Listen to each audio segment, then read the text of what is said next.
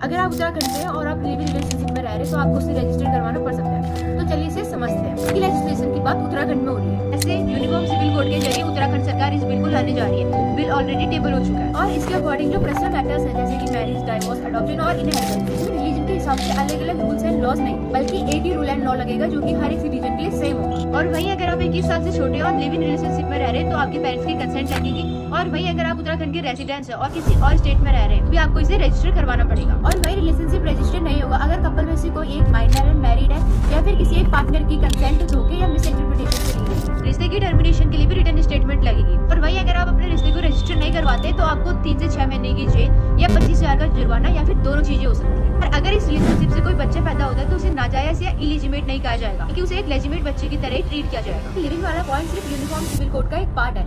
इसके अलावा ऐसे कई पर्सनल मैटर्स हैं जिसमें हर रिलीजन के लिए एक ही रूल होगा और हर बार की तरह इस लॉ को अपोजिशन भी मिल रही है और